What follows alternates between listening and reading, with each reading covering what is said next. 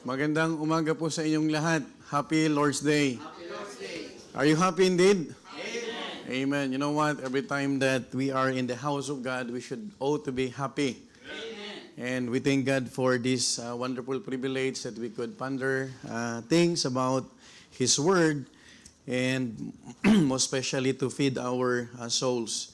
So, good morning once again sa ating mga bisita online and even those on-site sa mga returnee. Indeed, we are so glad to see you once again in the house of God.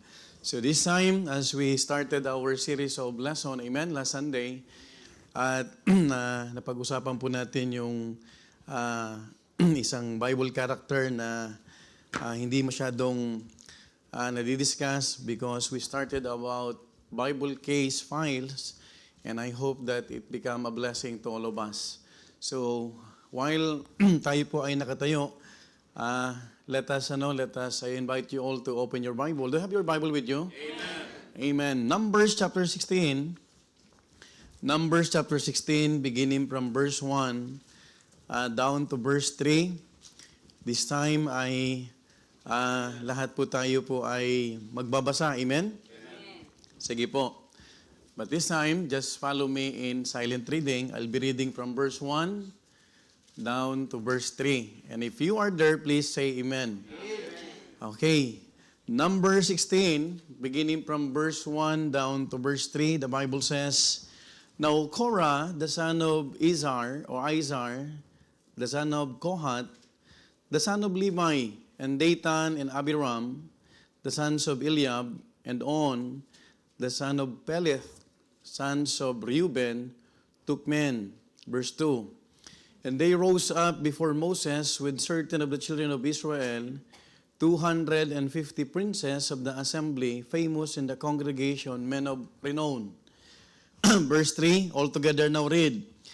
And they gathered themselves together against Moses and against Aaron, and said unto them, You take too much upon you, seeing all the congregations are holy, every one of them, and the Lord is among them.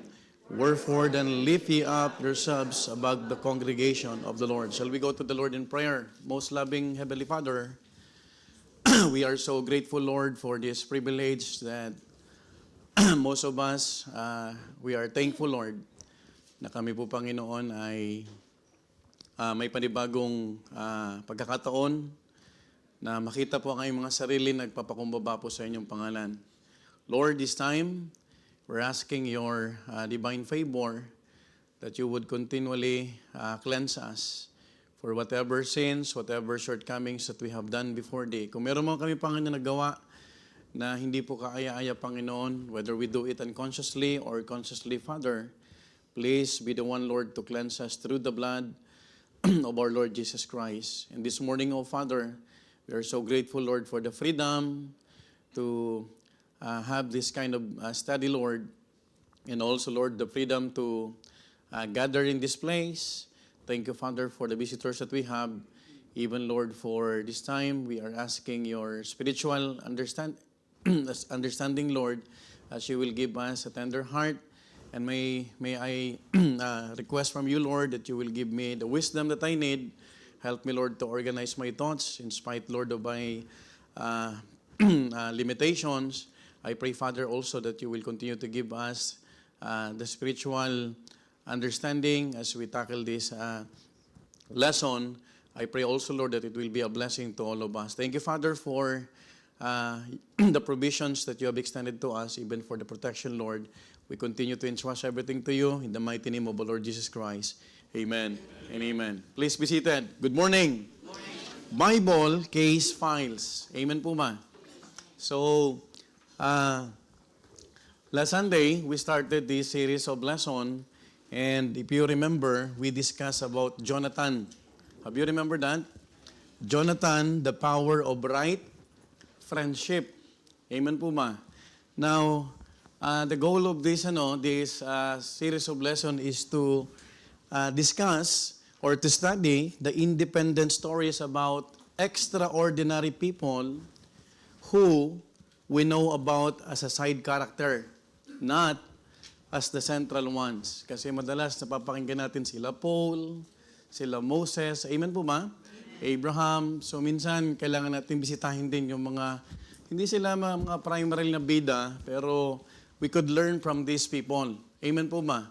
Just like what we did last Sunday, we thank God because we understand the friendship, the true friendship of Jonathan and David. So this time, we'll be talking about Korah. No? We'll be discussing the case of what? A discontented heart. Now, to give you a few backgrounds about Korah, sino po sa inyo nakapakinig na kay Korah? Have you meditate the Bible character about Korah? Can you raise your right hand? Sabi ni Sir Laika? Hindi pa. Ayan. So this is our goal, no? To see yung mga Bible character na hindi madalas na pupuntahan, hindi madalas na pag-uusapan, but as I've said, we could learn from it, no?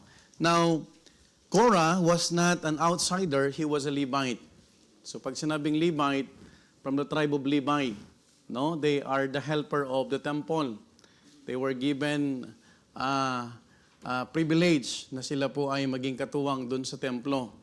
Now, Korah, he belonged to the tribe that God has specifically chosen for service in the tabernacle. Kaya may tinatawag na Levites, and makikita po natin dyan kapatid, in number 16 verse 1, identifies him as what? Korah, the son of Izhar, the son of Kohath, the son of Levi. Okay, so si Levi, he is one of the 12 tribes. Do you remember that? So, if you will just understand verse 1, makikita mo na si Korah ay grandson ni Levi, si Korah. Now, the Levites were separated by God for special spiritual service. Ang ganda ng ating pong devotion, no? Are you blessed? Amen. So we are reminded about giving our life to the Lord as a living what? Sacrifice. Nagmarka sa akin yung binitawan ni Preacher Sanjay kanina na it's not just to give ko anong gusto natin, but it should be what? Holy. Acceptable. Parang simpleng statement, pero pag inunawa mo, talagang you will give the best for God. Amen po ba? Not only the best, but holy and what? Acceptable. Now, remember that the Levites were separated by God for special spiritual service. And also, while the other tribes serve in various functions, kasi ang Panginoon ay may mga iba't ibang disenyo sa atin. Do you believe on that? The Levites were entrusted with responsibilities directly connected to the worship of God. So madaling salita, ang lineage ni Korah ay sa mga Levites. Now, Korah was specifically a Kohathite. Kasi anak siya ni Kohath, no? Again, sabi ng verse 1, now Korah, the son of Izhar, the son of Kohath. Okay. So, minsan nagbibiro ako sa inyo, no, yung Kohathites. Pero totoo yung Kohathites sa Bible. Natatawa ka lang kasi kumukuha ka ng tithes. But, there is what we call the Kohathites, parasite, may parasite, lahat ng site, website. Okay. Now, thank you, Brother John. Again, the Kohathites were given one of the most sacred duties. Hindi po masama ang Kohathites sa Bible. They were given one of the most sacred duties. They were responsible for what? Carrying the holy furniture of the tabernacle, including, number 1, the Ark of the Covenant. Ayan, sila po yung naatasan na bit-bit ng Ark of the Covenant. And also, the table of shewbread. Ayan, the candlestick. Alam niyo yung menorah? Yung dala-dala ni Pastor Aris? Okay. The altar, sila yung nangangasiwa, no? Itong mga Kohathite na to. Now, this was not a small responsibility. And mind you, let me remind you all, that it's a privileged what? Position. Ikaw ba naman ay maatasan sa templo? So, hindi po ito maliit na pribilehiyo. Now, let me ask you, aren't you glad that we are all privileged to serve the King of Kings? In all kinds of ministry, meron tayong pribilehiyo. Alam mo, minsan pag binabalikan ko po yung salvation story ko, makikita mo na, Lord, salamat dahil ginagamit mo na yung buhay na dati yung buhay na to walang direksyon. Are you following? Minsan, pag tinitignan mo yung paano ka na-save, kung paano mo binalikan sarili mo, sabi ko, grabe ang grace ng Panginoon sa atin. Because if you will truly understand that serving God is what? A great privilege. And sometimes, sabi ko nga, minsan, na-mention ko po ito sa midweek service, it becomes what? A cliche, we are saved to serve, pero hindi na natin minsan bibigyan ng pansin na napakalaki ng pribilehiyo na maglingkod tayo sa King of Kings and Lord of Lords. Now, as I introduce this Bible character, again, hindi po siya yung main character, but we could learn from Korah many principles. Now, in the story of Korah, in number 16, just to give you a few background, we find a group of people not willing to accept their places according to the Lord's what? Order. You know what? God is God of, He is the God of orderliness. So, imagine, wala pang church noon, yung templo ay inayos na ng Panginoon. At hindi ito basta-basta binigay sa mga tribo-tribo lang. There was a specific tribe, no? Yung Levite para mga siwa, yung mga tao na to. Now, in the Old Testament times, the Israelites were a group of people who came from Egypt as slaves. We all know that, mga minamahal ko, but God gave them structure in worship, in tribal roles, and even in individual function. You know what? If you will just understand, merong mga function yung bawat isa, even in the Old Testament times, no? Now, Moses was the leader of the people. Alam naman natin si Moses at si Aaron magkapatid, right? Aaron was the spiritual priest. And Korah and his family were of the family of the Kohathites, as I mentioned a while ago. Now, again, it was the job of the Kohathites, being of the tribe of Levi, to work in the tabernacle. So, striktong pinagbabawal ng Panginoon na hindi ka pwedeng humawak ng Ark of the Covenant. Do you remember si Uzzah? Pinatay siya ng Panginoon because he was not the person who should medyo mahuhulog yung sa tingin niya, pero hinawakan niya, pinatay siya ng Panginoon. Because meron po talaga mga dinesign ang Panginoon para mga siwa sa templo. Now, their particular job was to carry the tabernacle furniture from place to place. They had to cover it without looking at it. And they were to carry it with what? Staves. The pieces were carried much like a stretcher is carried. The staves, listen to this, going through rings on the corners. And maybe they were carried by the staves being placed on the shoulder. So, may mga commandments, instruction ng Panginoon, paano buhatin, paano dalhin from place to place kasi yung Ark of the Covenant nililipat. Now, also, we have to understand that the Kohathites became what? Dissatisfied. No? Nagkaroon ng tinatawag na dissatisfaction. And Korah eventually rebelled. Okay. They wanted to do Moses' job or Aaron's job, and hence, we have the story of Korah, and pinamagatan po natin itong Korah, the case of a discontented heart. Now, what is a discontented? Means, a word discontented. Pag sinabing discontent, unhappy. Wala namang na hindi na kontento na masaya. Are you following? When we say discontented, dissatisfied. Now, I hope that we are happy for the privileges that God is giving to us. Amen po ba?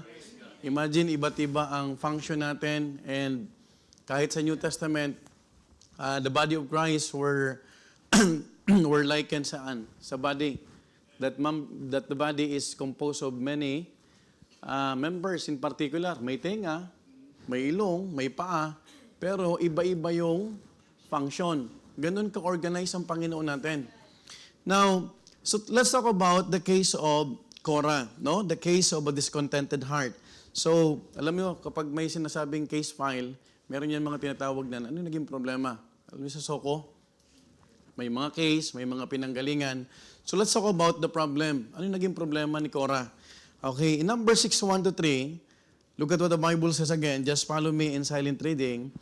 We have to read this again. Sabi ng Bible, Now Korah, the son of Izhar, the son of Kohath, the son of Levi, and Dathan, and Abiram, the sons of Eliab, and On, the son of Pelet, sons of Reuben, took men, and they rose up before Moses, with certain of the children of Israel, 250 princes of the assembly, famous, look at this, famous in the congregation, men of renown.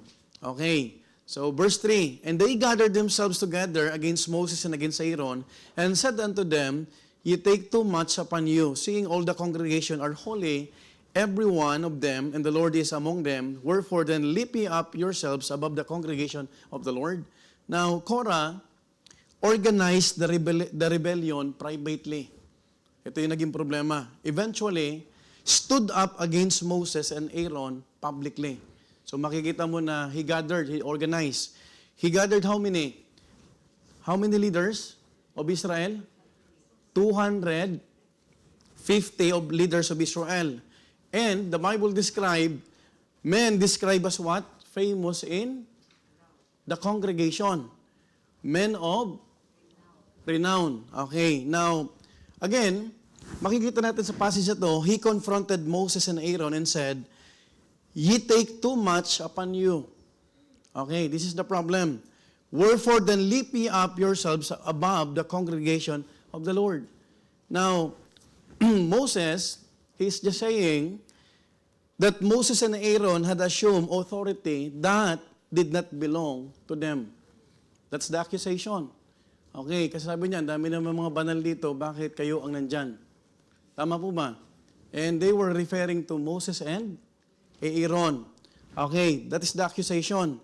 Now, Korah was essentially saying, you have taken too much authority upon yourselves.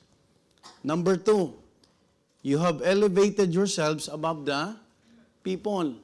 O, kasi, ito yung sabi nila sa verse 3. You take too much upon you, seeing all the congregation are holy. Every one of them, and the Lord is among them.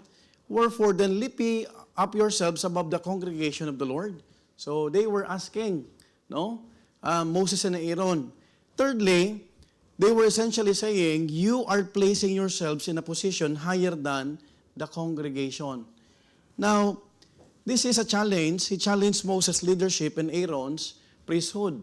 Alam natin ang leader ng Israelite na ginamit ng Panginoon, si Moses. Si Aaron naman, siya yung unang high priest. Okay. Now, outwardly, it looked like disagreement. But inwardly, it was discontentment. Okay. So, we're talking about the case of a discontented heart. Now, what is the cause? What is the cause? The problem, we discussed that, the cause. Number 1, he was dissatisfied with the task that God had given them. Okay. Look at the first cause. Ang sabi ng Bible again, in verse 3, sabi ng verse 3, And they gathered themselves together against Moses and against Aaron and said unto them, Ye take too much upon you, seeing all the congregation are what? Holy. Every one of them, and the Lord is among them. Now, after hearing their accusation, Moses did not immediately defend himself. He first fell upon his face and prayed. Look at verse 4. Okay, verse 4. And when Moses heard it, he fell upon his face. You know what? It's always a good thing that when there is an accusation, you ought to pray first. Don't react. Ano man ang sabihin ng tao, huwag ka muna mag-react. Just pray first to the Lord. Now, then, in verse 8 to 9, he responded to Korah. Okay. In verse 8 to 9, look at this. And Moses said unto Korah, Hear, I pray you, ye sons of Levi. Look at verse 9. Ito na, ang sagot ni Moses. Seemeth it but a small thing unto you, that the God of Israel hath separated you from the congregation of Israel, to bring you near to himself, to do the service of the tabernacle of the Lord, and to stand before the congregation to minister unto them. Now, notice the phrase, a small thing unto you. Okay, so ito yung sinagot ni Moses sa kanila. Now, Korah held a significant position and a peculiar one. But there's a but. Over time, he started to treat it as insignificant. Okay. Now, remember, it is God who separated them. Can I hear amen? God had, number one, separated him. Yung Panginoon, hindi tao. Pangalawa, God had chosen him. And thirdly, God had trusted him. And lastly, God brought him near. Yet, Korah no longer valued what God had given. Sabi ni Moses, sa tingin nyo ba, para bang minamaliit nyo lang yung pinapagawa o binigay ng Panginoon sa inyo? Are you following? And then, do you know that you are taking care of the temple? Now, we could understand and we could learn from this that discontentment always begins when gratitude disappears. A person can be unhappy kapag hindi na siya marunong magpasalamat. Are you following? That is why we are always reminded, be thankful. In everything give thanks, for this is the will of God. Now, when we do something over and over, we stop counting it as a privilege and consider it as duty. Wala pa noon, of course, wala pang templo noon, nung panahon nila. But God is already preparing yung tao, yung mga vessels, yung lahat ng yan.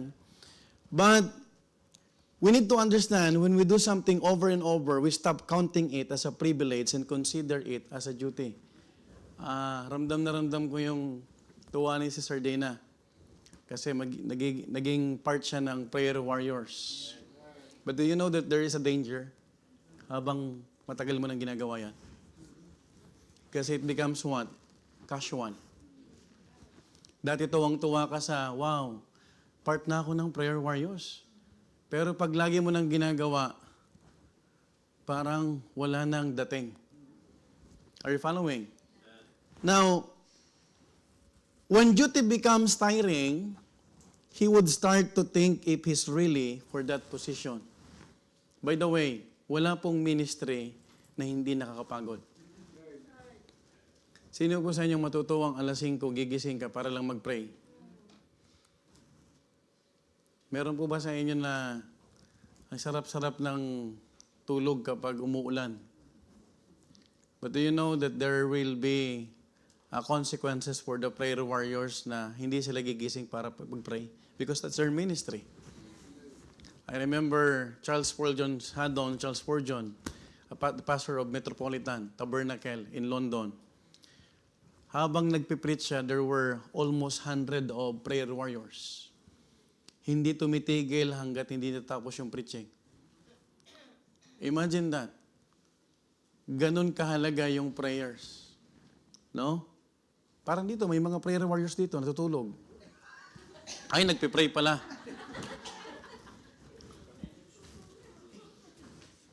No? Napaka-spiritual. No?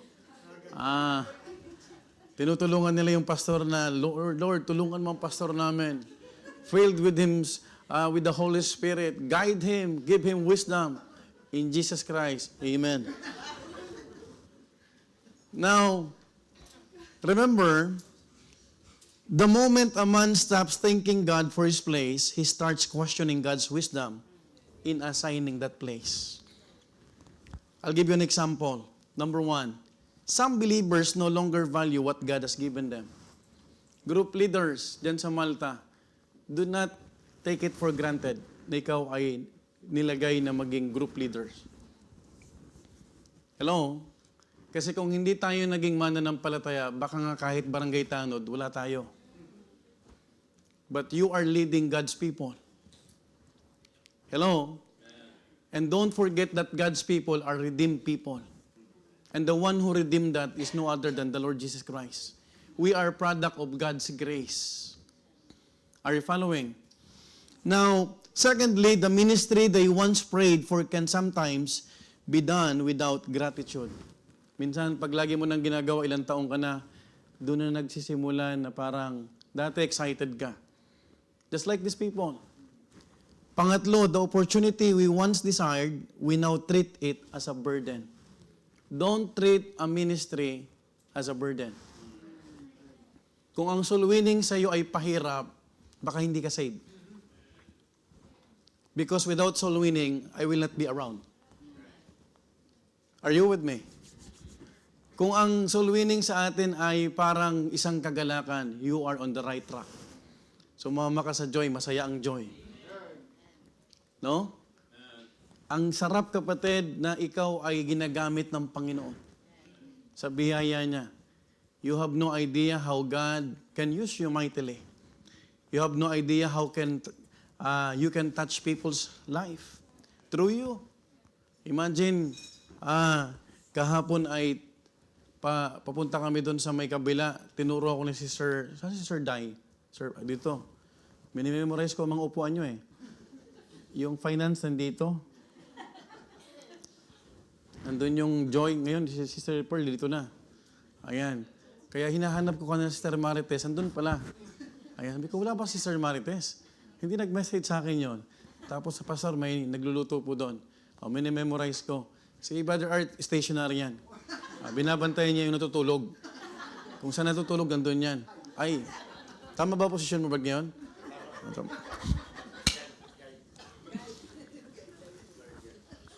Now, number 4, the church we once loved, we can start to take for granted. Do you love your church? I love my church. I love my Sunday church. I love this church. Kung mayroon man church na laging, kapatid, gusto kong laging nandito, there's no place like home. Walang ibang pinaka-excited ka na yung nasa bahay ka. Now, remember, discontentment begins when privilege becomes ordinary in your eyes.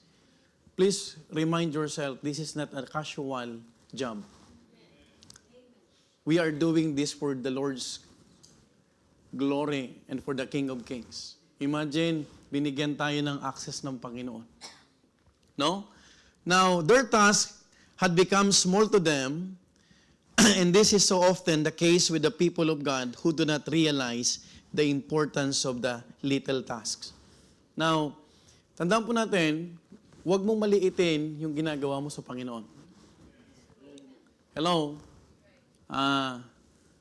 Yung nagpe-prepare ka dyan sa mga bata, huwag mong maliitin yan.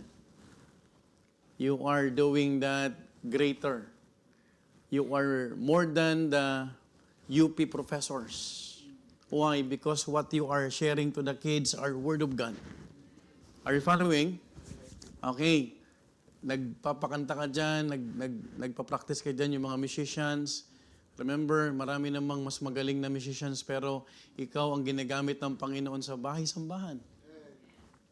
Now, also, theirs was only the job of carrying the tabernacle furniture, but what a job that was.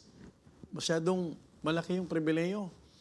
If the work of God is to prosper, every person must realize the importance of his job and must do it with all of his mind. Kailangan maintindihan po natin. Each tasks that God gave us, whether it's preaching or cleaning, should be done as if it were the biggest task of all. Imagine, you are transport ministry, parte ka ng transport, ang dinadala mo rito, mga bisita. Pag nakapakinig yan, tumanggap yan sa Panginoon, meron ka diyang kabahagi. Amen po ba? We should not be envious of another's task or another's place in the body of Christ, but rather do the job God has given us to do the best of our ability. Realizing what? Every job for God is a big job. Don't take it, mga kapatid, parang, wala namang masyadong halaga to.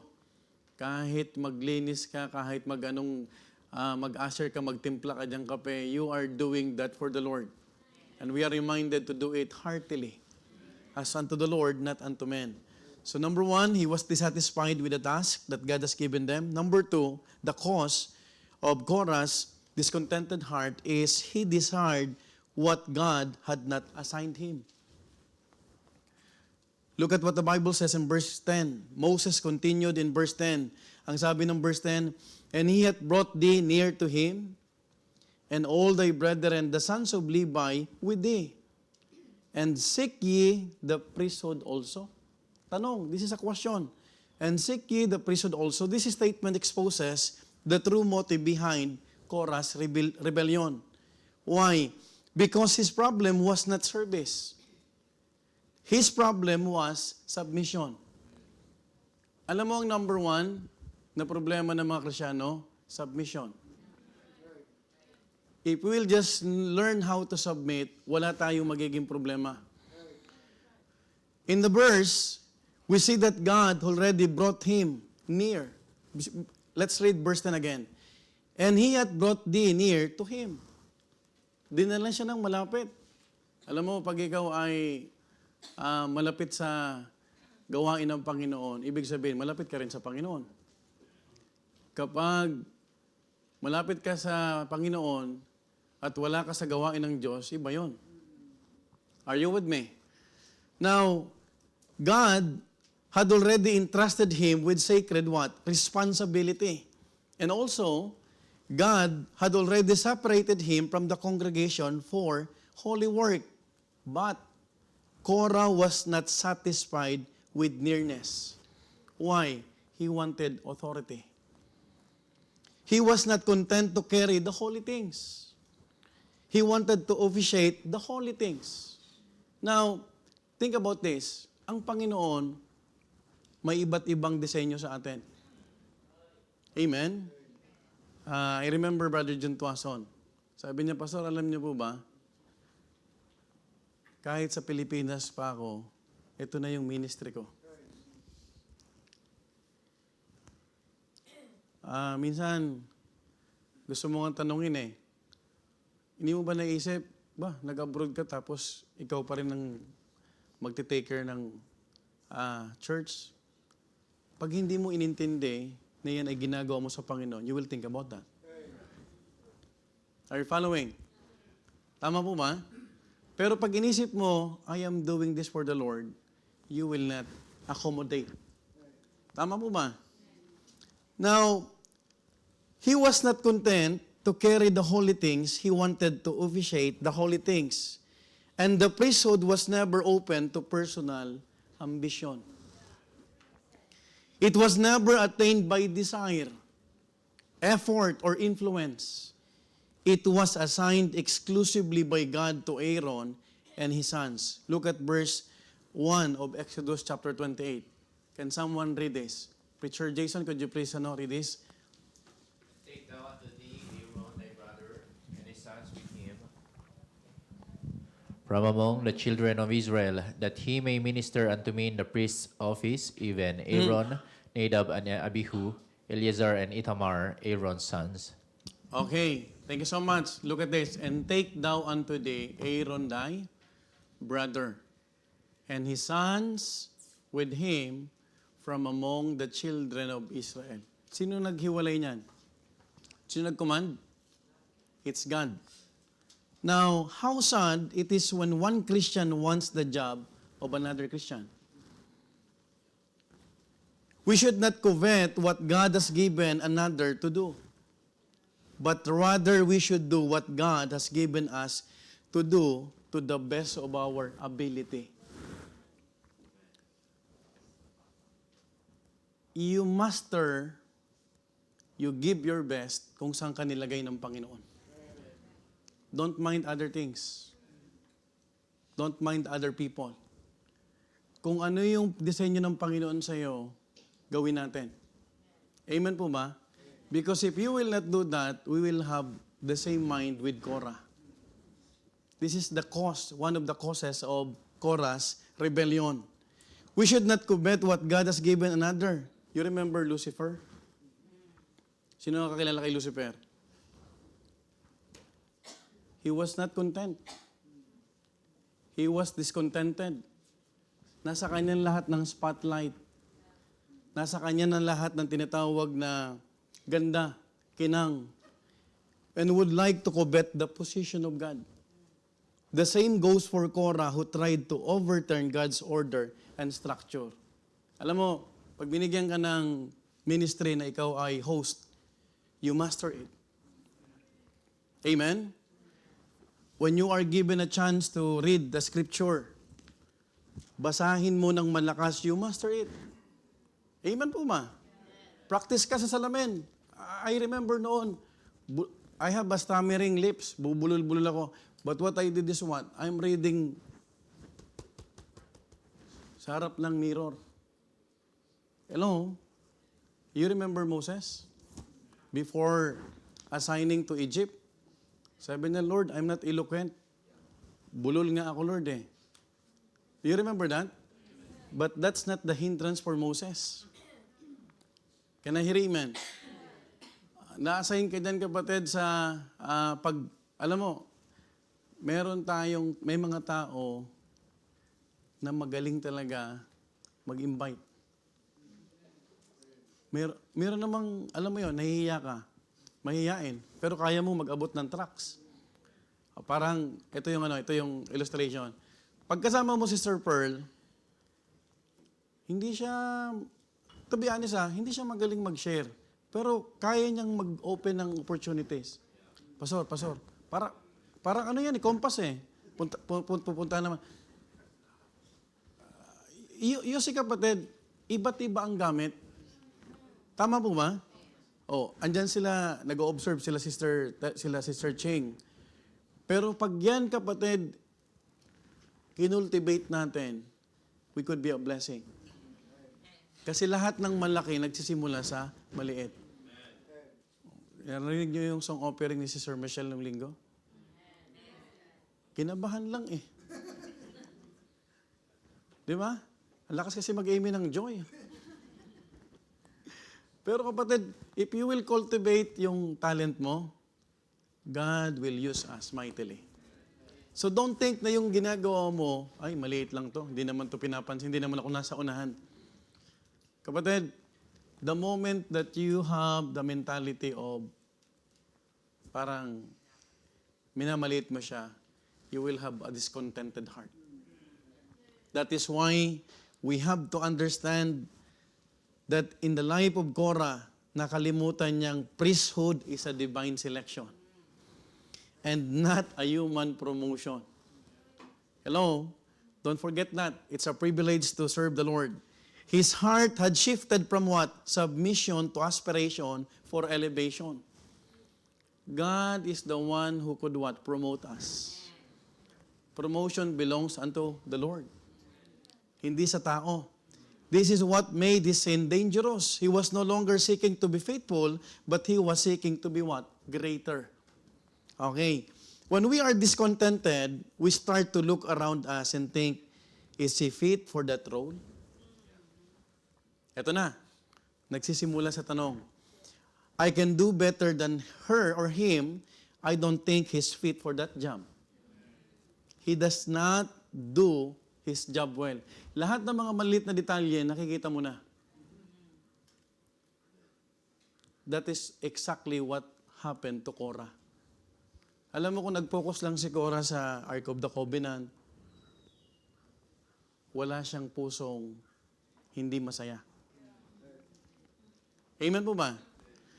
Now, remember, it is a dangerous thing when a man believes he deserves more than what God has given him. It's very dangerous. Why? Because a discontented heart does not remain thankful for what it has. It becomes preoccupied with what it does not have. Kung anong meron dyan, pagigihan mo. You remember the parable of the talents? 5 talents naging 10. Yung 2 talents naging 4. Pero yung may isang talent na lang, tinago pa. Sabi niya, because I know that you are an oyster master, malupit ka. Kinukuha mo yung hindi mo naman pinagpaguran. But do you know, kapatid, the condemnation that Jesus Christ mentioned in the parable? If there is what we call good commendation, well done, thou good and faithful servant, meron naman, thou wicked servant. You know what? It stops measuring life by God's faithfulness. That is why we need to examine always, ito bang puso na to ay may masaya pa ring puso? Because if you are unhappy, ibig sabihin, hindi ka kontento. Amen po ma? It starts measuring life by personal what? Advancement. Instead of asking, am I faithful where God placed me? The question becomes, why I am not where others are? Why I am still here? I'm always reminding the preacher in charge. Napaka-privilege na ginagamit tayo ng Panginoon. But let me remind you that privilege should not what? Be abused. You have to take care of that. Because it's not a human promotion. It is a God's appointment. Folks, my dear beloved brethren, we could learn many principles from Korah. Instead of strengthening his own responsibility, he begins studying someone else's responsibility. Instead of improving his own faithfulness, he begins questioning God's fairness. Is God fair? Yes. Hindi tayo gagamitin ng Panginoon na hindi naman tayo magiging kagamit-gamit. Do not despise your current ministry because we desire a more visible one. Do not. The best place for us to be is where God assigns us. Pag inassign ka ng Panginoon dyan, through your pastor, give your best. Amen po ba? The danger is when a person becomes preoccupied with what he does not have, he becomes what? Careless with what he does have. These are important principles. Be very careful. There are many privileges in our hands that we take for granted, like what? A complete family. A faithful spouse, a godly child, and a healthy body. Let's pause for a while. Hindi ba pribilehiyo na magkaroon ka ng buong pamilya? Amen? Don't despise that. Alam mo, minsan, maisip mo lang, yung ibang di buong pamilya, sana may magulang ako sa church. Right? Tama po ma? Pero minsan, alam mo minsan, pag buong pamilya, pag hindi ka kapatid nagkaroon ng tinatawag na grateful heart, hindi mo mapapahalagahan to eh. Right? I am grateful to the Lord. I have, by God's grace, a faithful spouse. Lagi kong tinatanong, pag namatay ba ako, mag-aasawa ka? Oo naman. Sabi ko, sige, tapusin din natin tanong na yan. Siguraduhin mo lang na mahal si Gab. Kasi makikiusap ako sa Diyos na mumultuhin ko kayo. Natawa si Sister Rose eh. Hello? Sipin mo, yung mga anak nito, anak ni Sister Rose, kita mo, natututong magmahal sa Panginoon. At siya na ang niyayang mag-pray. Oh. Siya na ngayon ang iniimbita sa church. Andiyan, makiesa, mami. Asan si Manuel? Nandun? Kinukulit ng lolo na huwag mag-church ka rin. May pupuntahan na galaan. No, mag-church kami. You see, kapatid? You see how God is, molding? You see how the church is, God is using this church para magkaroon ng conviction? Amen po ba? Siya tara, pag Pag ano yan, pag prayer and fasting, hindi ko makain yan. Ng 3 beses.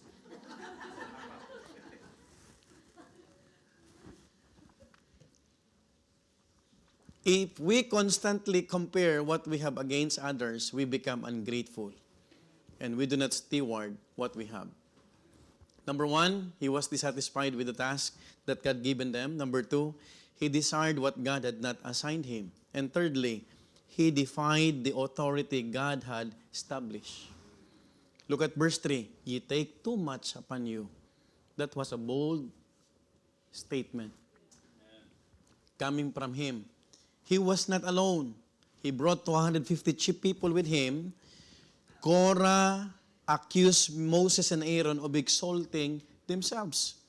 He presented their leadership as what? Self-appointed rather than God-appointed.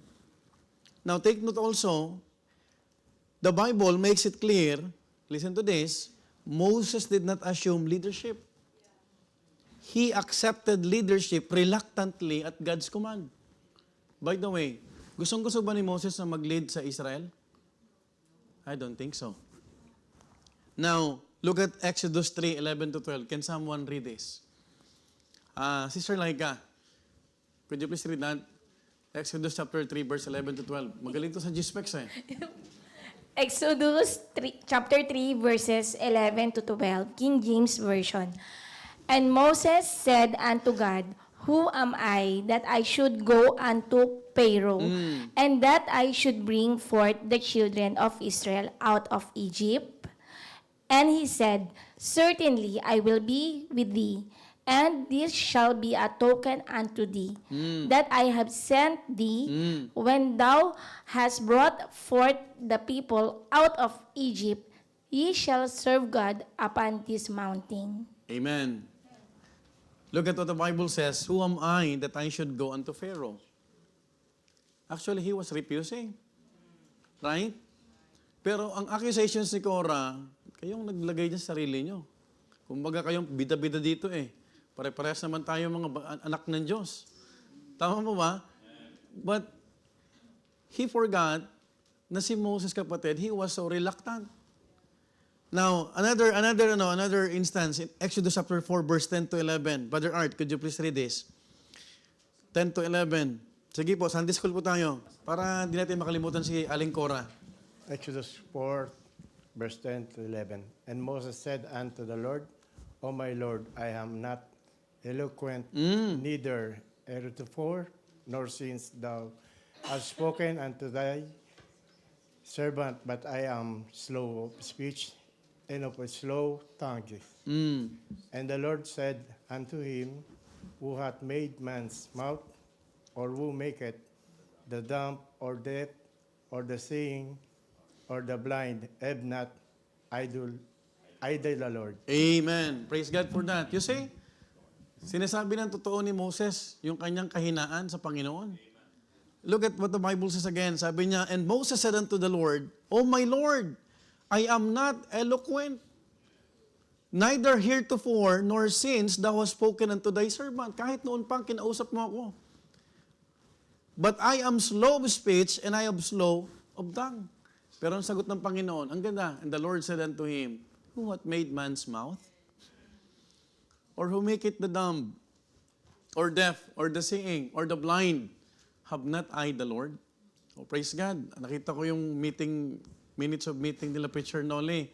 Brother Romnick will be the host for the next evangelistic service. So take it as a great privilege. Huwag kang matakot na, alam mo yon, hindi ako magaling. Sino ba magaling? Amen po ba? Sino ba kapatid ang gumawa ng bibig, yung bibig ng tao? That is an encouragement for all of us. Now, therefore, Korah's resistance was not ultimately against a man, but against God. Because the one who placed Moses and Aaron for that ministry is God. Now, in Numbers 16 verse 11, it confirms, look at what the Bible says, Thy company are gathered together against the Lord. Let me read. For which cause both thou and all thy company are gathered together against the Lord? And what is Aaron that ye murmur against him? So ibig sabihin kapatid, this is the nature of spiritual rebellion. It often appears directed toward human leadership, but its root is resistance to divine authority. Alam mo, God humbled me in many ways that I should take care of the ministry that He entrusted to me. Kasi hindi pwedeng abusuhin. Are you following? Hindi pwedeng, alam mo yon, pag binigyan ka ng pribilehiyo, aabusuhin mo. But you have to understand, kapatid, we must be very grateful to the Lord. Lord, thank you because you have placed me in this kind of ministry. I am not worthy, I am not, alam mo yun, hindi mo pwede sabihin, ako yung karapat dapat. Pero dahil sa biyaya ng Diyos, makikita mo, Panginoon ang naglagay sa atin. Have you remember what Apostle Paul says? He counted me faithful. He put me into the ministry. Sino naglalagay sa ministry? Yung Panginoon. Kaya magmula sa pastor hanggang sa member, pag binigyan tayo ng ministry, pahalagahan natin. Amen po ma? Di mo pwedeng tinatawag na kalimutan na it is God who is giving us what? This privilege. Now, it does not operate alone, but its strength in its recruitment. Now, Korah no longer viewed Moses as God's instrument. He convinced others to think the same. Nag-recruit pa siya. How many na-recruit niya? 250. Notice in Numbers 16 verse 3. This is inevitable.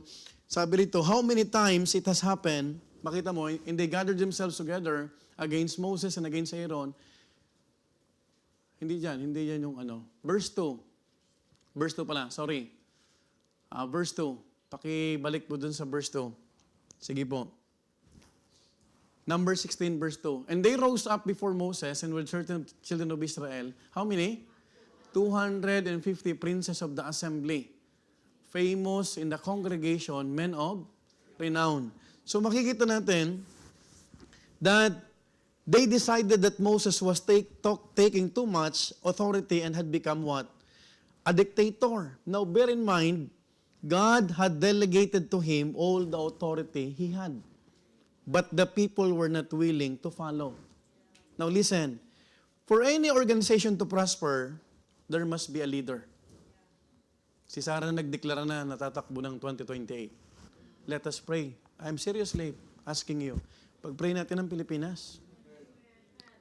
Have you read the sworn statement, the waiver that former President Duterte?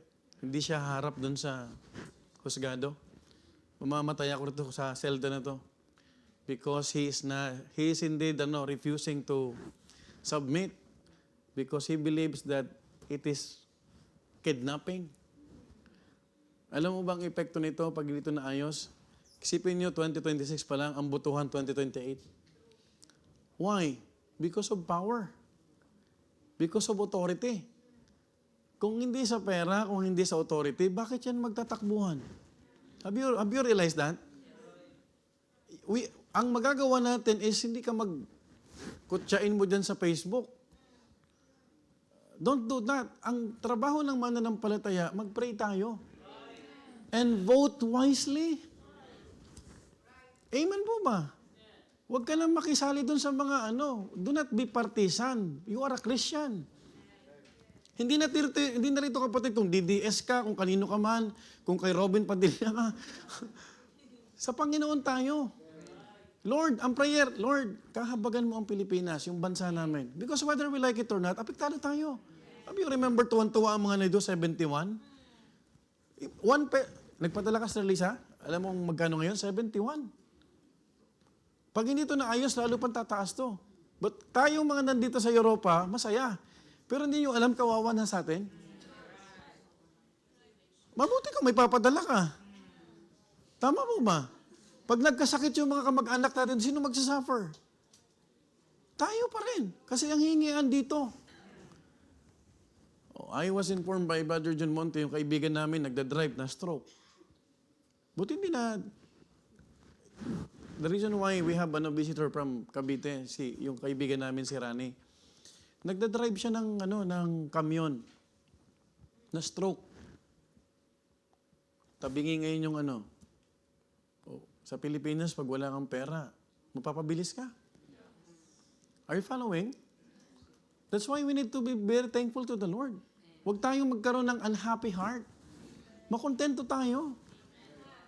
Alam mo, kinakain mo yung, alam niyo ba yung, ano yung salad na ginawa? Yung puti? Anong tawag doon? Hindi, yung puting parang sibuyas na malaki. Pinocchio. Alam mo ba kung magkano ang Pinocchio sa atin? 850 ang isa. At hindi mo siya makikita sa talipapa. You have to go to the Ayala supermarket na malalaki just to get that. Eh dito hindi natin pinapansin. Pag nilagyan mo ng olyo, yung mga bata, no, olyo. I will confess. Nag-fellowship kaming mag-anak. And then, nag-repent naman ako. Because we were in the table. I'm so excited na yung anak ko ay kakain ba. Ito na, pulpete. Pulpete na may, yung pasta ba? Walang pasta yun, pulpete lang. Di tuwan-tuwa ako. Sabi ko, hindi ko makain. Tapos yung subo niya, dito lang. Hindi ngumunguya. Pinapainom ko yung tubig dahil muna, hindi ko makain. Naalala ko na naman kasi sa Ethiopia. Sabi ng asawa ko, Amore, hindi pa nakakarating sa Ethiopia anak mo.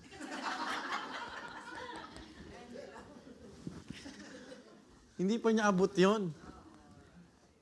Sabi ko, na tayo, tama ng bike-bike. Nasira talaga espiritu ko. Kasi naalala ko nga, di ba, nakapunta ako sa Ethiopia. Pag may natatapo na pagkain, nung iba kapatid, you would have a different perspective. Ito yung gusto ko mapuntahan ng mga bata ba. Para makita nyo na ano yung pribilehiyo niyan dito. May magulang kayo, yung hygiene na lang. Mga kuko niyan, kumakain. Walang tubig. Paano ka maghugas na maghugas? Eh dito tayo, kahit yung sa gripo pwedeng inumin. Doon kapatid, ginto. Now, what I'm trying to say is this. Let's have what? A grateful heart. Huwag tayong hindi makontento. Now, going back to our lesson, any organization to prosper, there must be a leader. A nation needs a president or a king. A state needs a governor. A city needs a mayor. And also a church needs a pastor.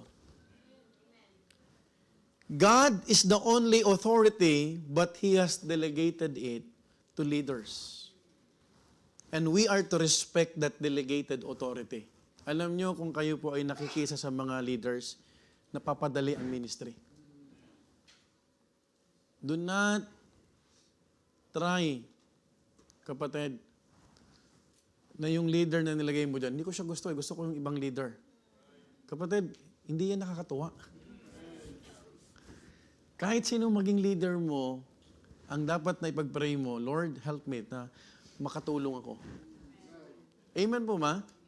Kasi minsan may mga kaisipan tayo, ang gusto kong leader si Preacher Jude lang.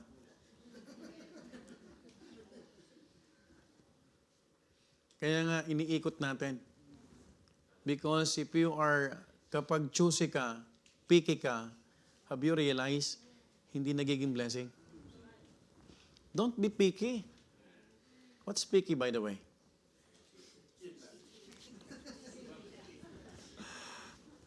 Huwag tayong mamili. Kung anong nilagay ng Panginoon sa buhay natin. Amen? Oh. Pinakasalan mo na yun, ang asawa mo na, huwag ka nang mamili.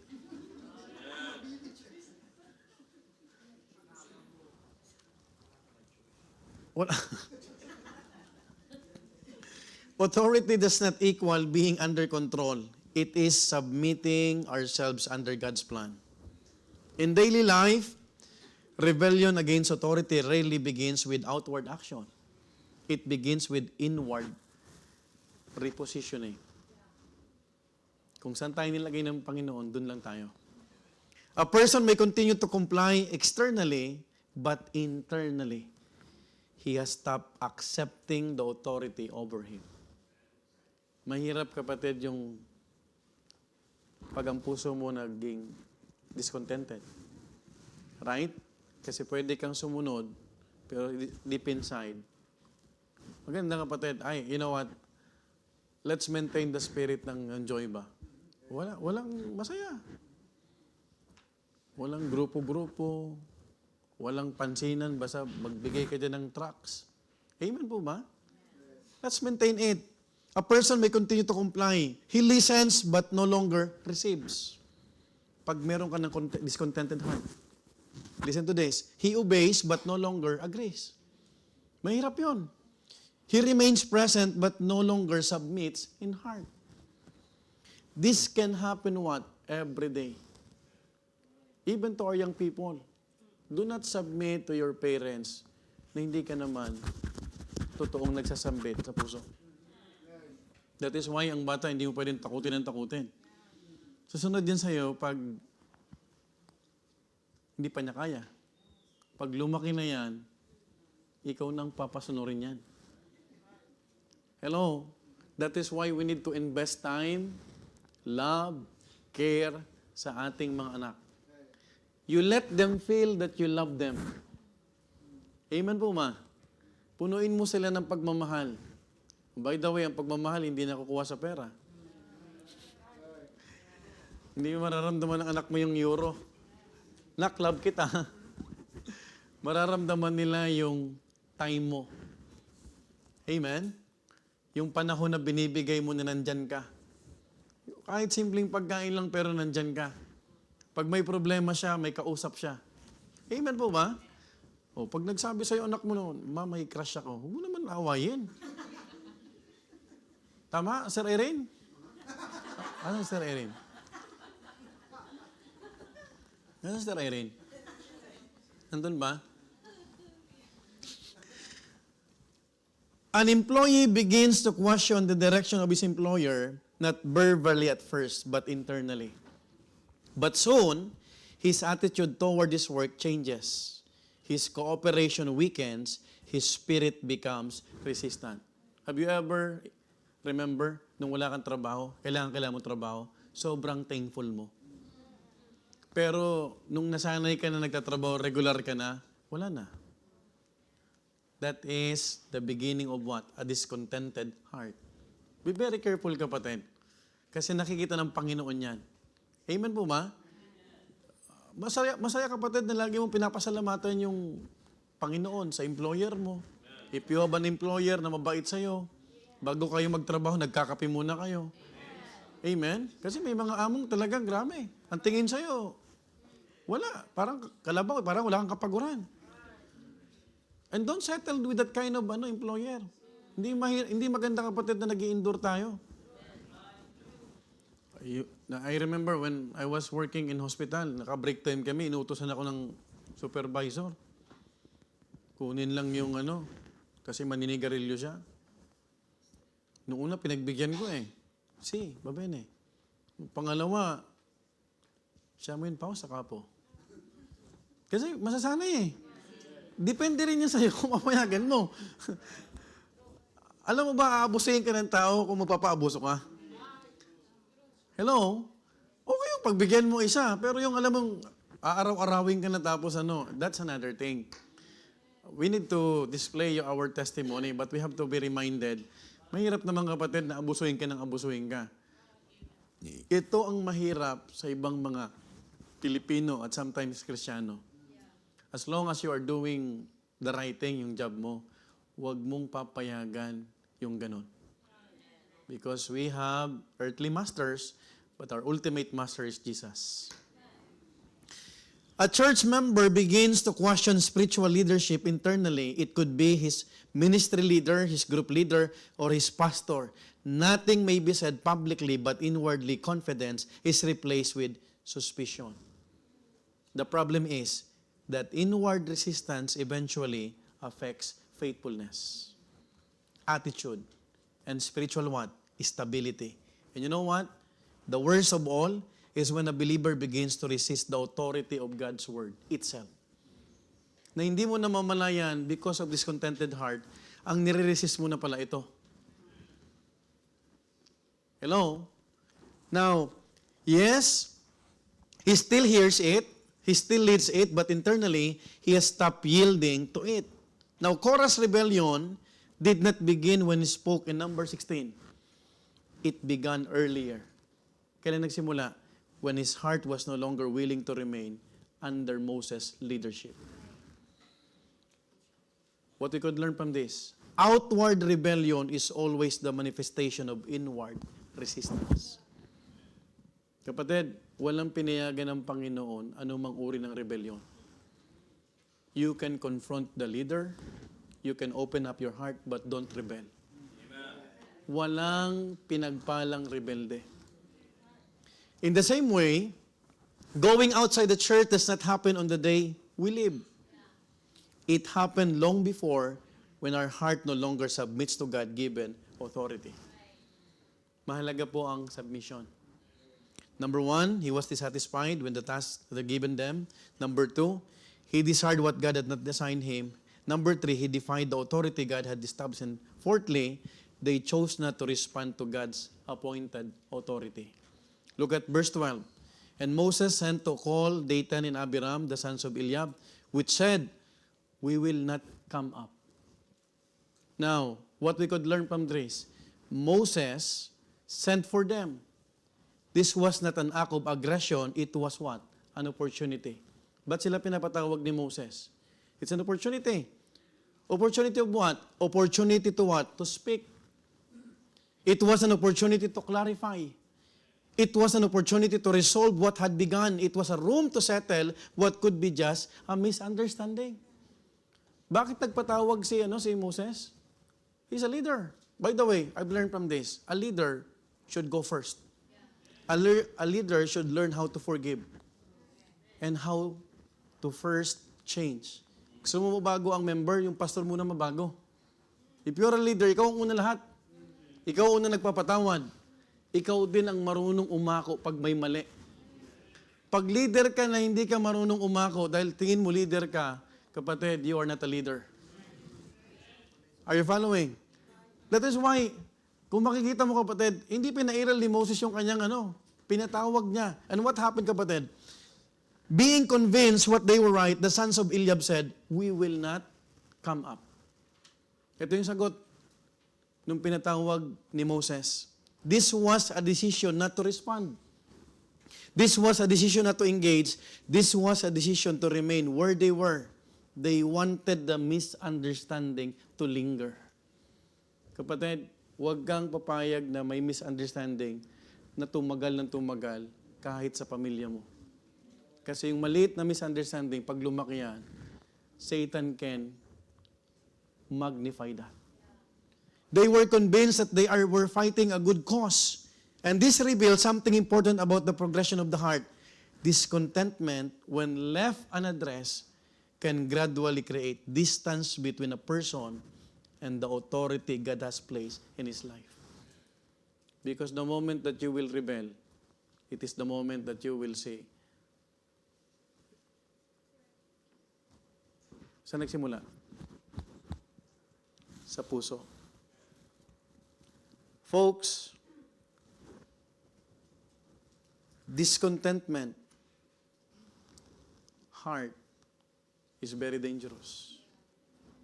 It can come to a point that being called to have an open discussion can be misconstrued as being what? Authoritative. Iba yung dating sa kanila. And because of such, they were no longer willing to come near. Application.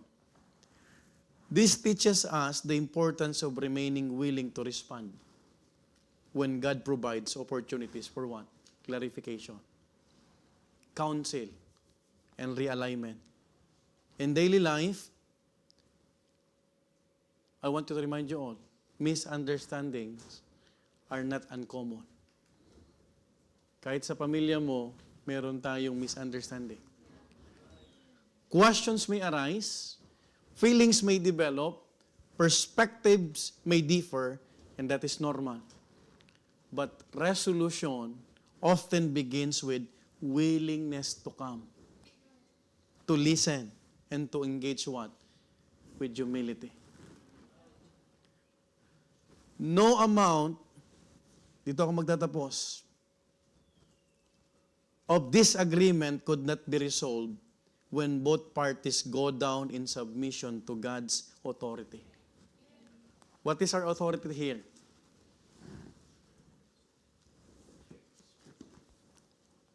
This is one thing that I've learned.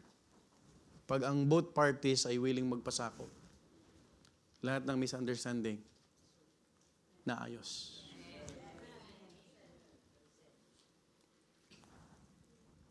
That's one thing that I've learned. Pero pag hindi ka na kumikilala dito, wala.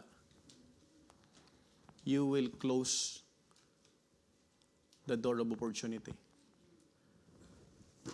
Kahit sa asawa mo, pag may misunderstanding, laging may open communication. Huwag tayong magpataasan ng pride. Amen? Because at one point sa buhay natin, minsan yung asawa mo may pagkukulang, ikaw din may pagkukulang. Sino bang hindi nagkukulang? Right? But at the end of the day, ang pinakamahalaga sa lahat, mapatch up yung lahat ng misunderstanding. Folks, Dathan and Abiram were given an opportunity not to be forced, but to be heard. Yet by choosing not to come, they also chose not to follow the situation to be resolved. What we could learn from this? In everyday life, this can happen when a person avoids conversations that could bring what? Peace, clarity, or restoration. Alam mo, kapag nag-usap, may nangyayari. But when they said to Moses, we will not come up, a believer may withdraw instead of seeking understanding. A servant may remain distant instead of what? Remaining open. Walang mangyayaring pag-aayos kung galit lang tayo. Ngunit ayaw nating humarap. I encourage you, don't take misunderstanding or unhappiness in your heart. Mamalitin mo yan. Kung kinakailangan mong liwanagin, liwanagin mo. But in the spirit of meekness. Can I hear amen? A misunderstanding that could have been settled earlier becomes prolonged simply because there was no willingness to come together. Wala pong usapin na hindi naayos kapag bukas ang bawat puso. Often, the difference between resolution and escalation is not the size of the issue, but the willingness to address it. Hindi ito yung usapin na mataas, maliit. Ang usapin na ito, are we open? Are we willing? Amen? That is why when Moses called the attention of those people, sabi nila, kami pupunta. Hindi kami pupunta.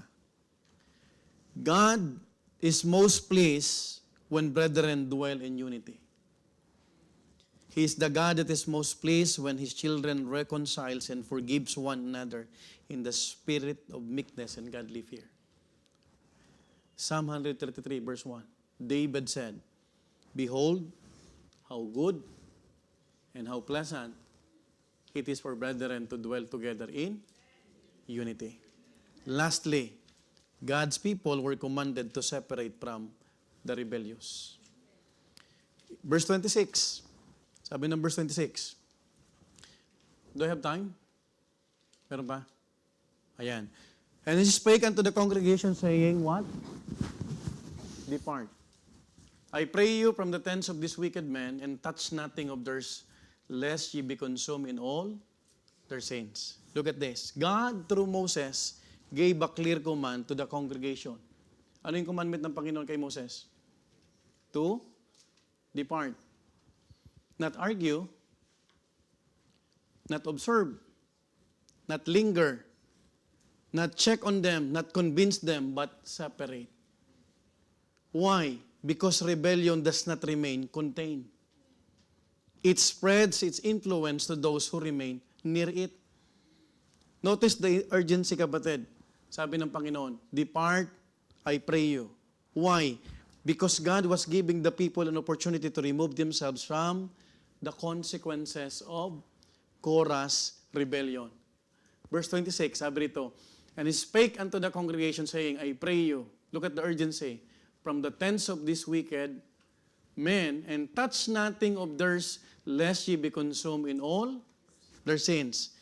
Because, makikita natin kapatid, those who remain close to rebellion, even without participating in it, place themselves in spiritual danger. Why? Here's the principle. Association carries influence whether we are aware of it or not. Environment shapes our perception whether we notice it or not.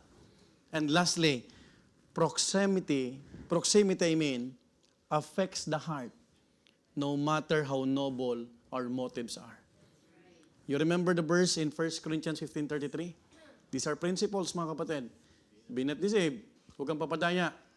Evil communications corrupt good manners. God was teaching His people that spiritual safety sometimes requires deliberate separation. Why? Mas maganda kapatid, sumusunod tayo. This separation was not to point out that they were what? Better than Korah and his allies, but because they were what? Vulnerable. Last, rebellion does not only affect the rebel. It affects those who remain near it long enough to be influenced by it. Every Christian should give himself to diligence about refusing to listen, to talk about their brethren if they are not around. You know what? It's my belief. Kung mag-uusap tayo ng tao, gusto ko yung harap. Mahirap sa cellphone. Even in my wife, pag meron kaming misunderstanding, kasi hindi mo maiwasan eh. Walang totoong pamilyang walang misunderstanding. That's not true. Kalokohan yon. Ang totoo ito, mai-encounter natin ang misunderstanding. You have noticed, you have learned, pag may misunderstanding, pag pinag-usapan na ayos. Tama? Tama ba? Nagkakapatawaran, pasensya ka na. Mamaya, mag-iiyakan na yan. Right? Pero once na sinarado mo ang pinto, doon nagkakaproblema. Walang naririnig na panig. Tama? Ang nakikita mo lang, sarili mo. Folks, as I've said, these are not the main characters, but we could learn many principles. We must be very discerning because not every conversation strengthens faith. Remember what the Proverbs tells us in Proverbs 4:23? Keep thy heart with all diligence, for out of it are the issues of life. Right? Here's the truth. What is repeatedly here, we slowly accept. Pag paulit-ulit natin napapakinggan, unti-unti natin tinatanggap. I shared to Sister Telma yesterday. Sister Telma ba kausap ko? I work in the hospital for 10 years. During my 3rd year in the hospital, do you know that I am diagnosed na meron akong nikotina? Because the doctor diagnosed me, I am a passive smoker. Na-share ko kahapon to sa mga Joy. Hindi ako makapaniwala kasi yung medical check-up ko, dami kong nikotina. Kasi hindi mo kailangang manigarilyo para masingot yon. Every time na papasok kami sa operating room, ang mga doktor doon naninigarilyo. Kulob na kulob ang kwarto. And do you know, sa hospital, mapapansin mo, walang bukasan. Kasi bawal ang pasyente magbukas na baka magpakamatay. So, walang hangin na lumalabas. So, araw-araw na ginagawa, nasisingot namin yun. Hindi ako makapaniwas, baka mali yan. No, you are a passive smoker. Now, why I'm saying this? Ayon sa gusto mo, pag lagi mo napapakinggan, it will corrupt your minds. That's why we need to have what? Discernment. Amen? Discernment can lead you to a better life.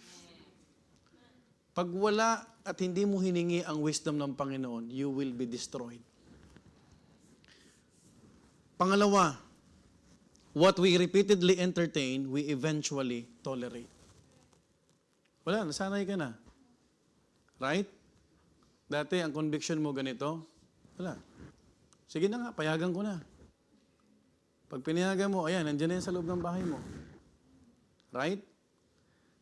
Pag pinayagan mo yung mga manginginom, pag pinayagan mo yung barkada mo, wala kang standard sa loob ng bahay, wala. Papasok yan dyan.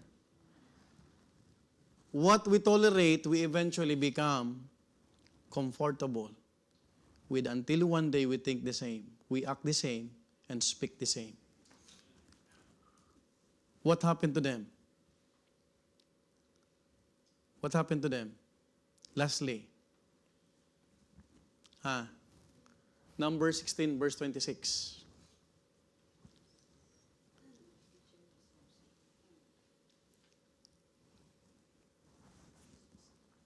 Number 16, 32 to 33. Sorry. Dito tayo magtatapos. 32 to 35. Let me read. And the earth opened her mouth and swallowed them up. And their houses, take note kasama dun yung mga anak. Look at the consequences. And all the men that appertained unto Korah, and all their what? Goods. 33. They and all that appertained to them went down alive into the pit. And the earth closed upon them, and they perished from among the congregation. 34. 34 and 35. O 35 na lang.